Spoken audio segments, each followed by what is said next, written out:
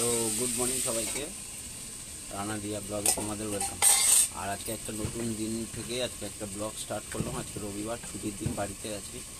আর আজকে হচ্ছে শিব পুজো, শিব নীল পার্বতীর পুজো আছে। তো এই পুজোটা সব মারাই করে, সবাই সন্তানদের জন্য। তো রিয়াও আজকে এই পুজোটা রেখেছে, উপোস আছে ও। তো ওকে নিয়ে আজকে যাবো হচ্ছে গঙ্গায় যাব, আর একটু পরে বেরাবো, চা খেয়ে তারপরে যাবো হচ্ছে গঙ্গায়। তো দেখো এখনও কী করছে। রান্না করছি গাইস। রান্নাটা তো করতেই হবে বর আর শ্বশুরের জন্য। রান্না করে তারপর যাবো। কী রান্না করছো? তোমাদের জন্য মাংস ভাত। আমার মাংস ভাত।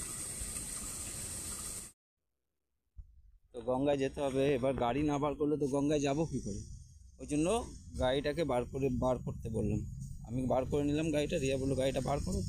তো গাড়ি বার করে নিলাম, গাড়ি বার করে চলে গেলাম গঙ্গার ঘাটে। আর এবছর তো জল ঢালতে পারবে না, তো অনেক দিন হয়ে গেছিলো গঙ্গায় যাওয়া হয়নি। এই কারণেই ও বললো যে চলো একটু গঙ্গার থেকে স্নান করে আসি। তো সেই হিসাবে চললাম আমরা গঙ্গার দিকে। আর আমাদের কালীবাড়িতে যাওয়ার পথে শ্যামনগর স্টেশন থেকে 2 মিনিট লাগে আমাদের গঙ্গার পথ হেঁটে গেলে।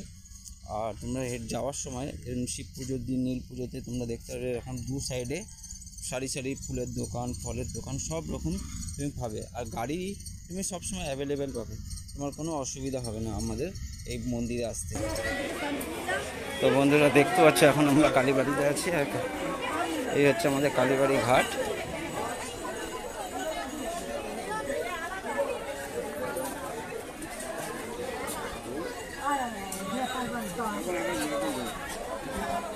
কেন? হ্যাঁ, তো আমার বুদ্ধি নেই, আমারও তো বউ এসছে তাহলে। তো গঙ্গার ঘাটে এসে আমার একজনের সাথে ঝামেলা হয়ে গেল। উনি বললো যে ভিডিও করুন। তো আমি সেভাবে কাউরেই ভিডিও করিনি, কারণ মেয়ে ছেলেরা আছে, আমারও সেই বুদ্ধিটা আছে। এই নিয়ে ওনার সাথে একটু ঝামেলা। আর এই যে আমাদের গঙ্গা, তো গঙ্গার ঘাট থেকে স্নান করার পরে তারপরে আমরা চলে আসলাম একদম সিধা আমাদের মন্দিরের দিকে। মন্দিরে এসে তারপরে রিয়া বাড়ির থেকে ধূপকাঠি এবং মোমবাতি নিয়ে এসেছিল। সেরকম যেখানে জ্বালানোর জায়গা ছিল, ধূপকাঠি ও মোমবাতি জ্বালিয়ে বাড়ির দিকে চলে আসে। কখন গেছে?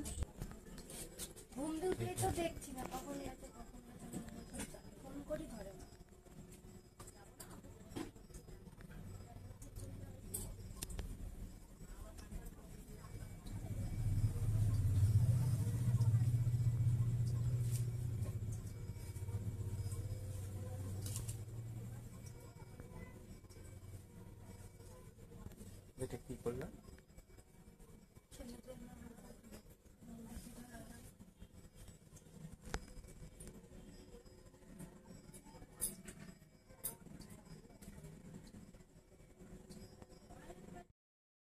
আজকে সাবু মাখা হচ্ছে, শিবরাত্রি। তো এই দেখো সাবু মাখা হচ্ছে। রিয়া, তুমি খাবা তো সব?